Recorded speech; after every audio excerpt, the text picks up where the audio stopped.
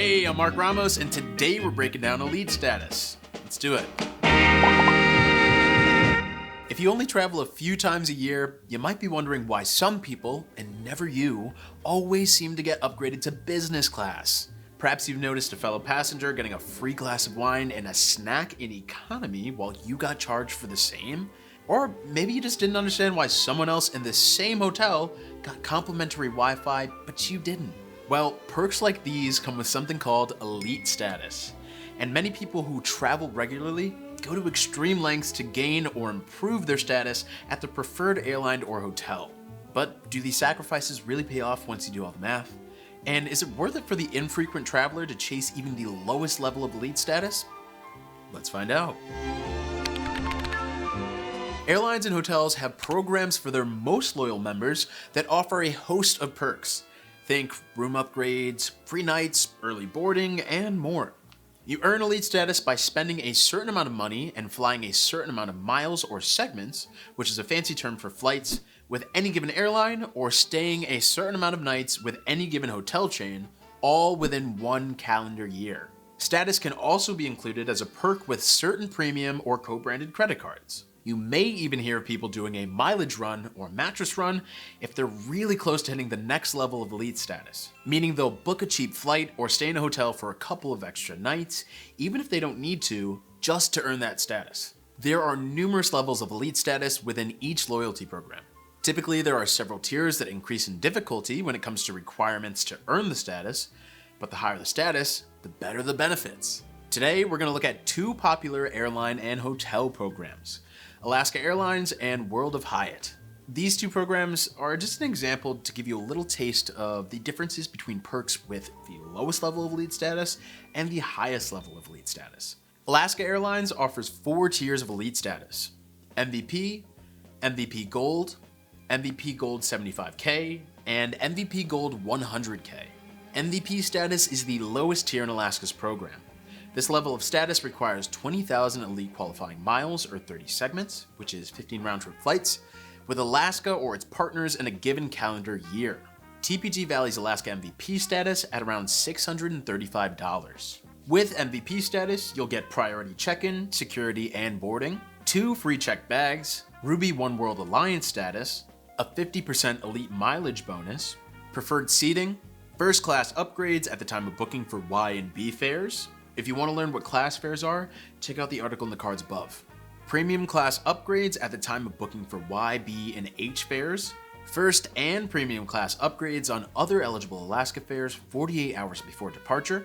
And main cabin extra seating on American Airlines 24 hours before departure. Now, on the opposite side of Alaska's status spectrum is MVP Gold 100K. This is Alaska's top tier status and requires 100,000 elite qualifying miles or 140 segments on Alaska or its partners. TPG values Alaska MVP Gold 100K status at around $9,110.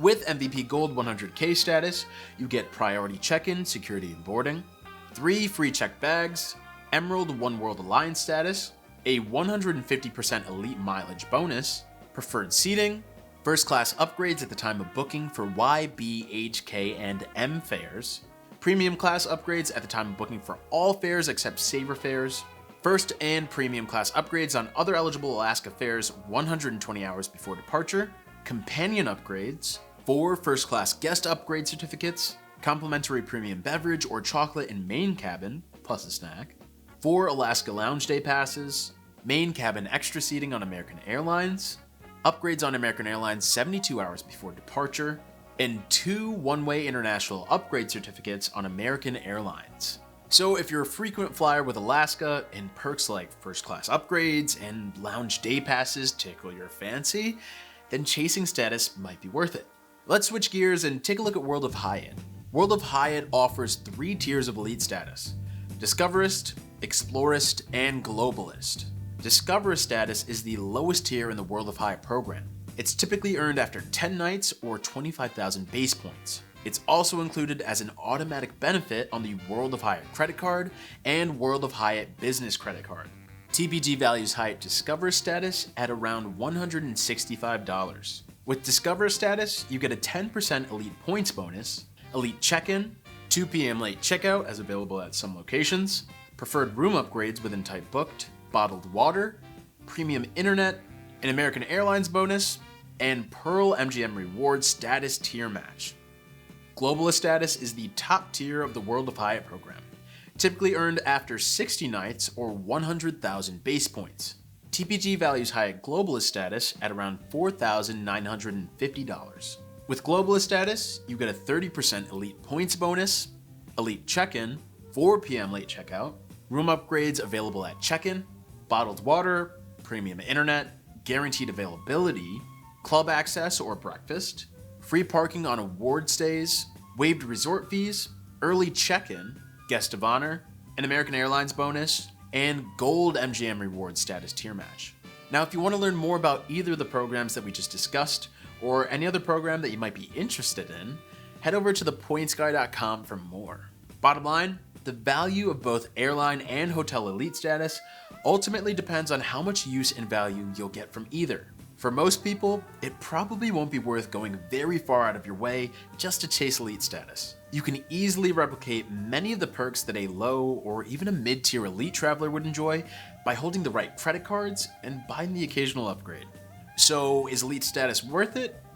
Sure, it can be, but only if you can get to a relatively high tier without trying too hard or spending too much.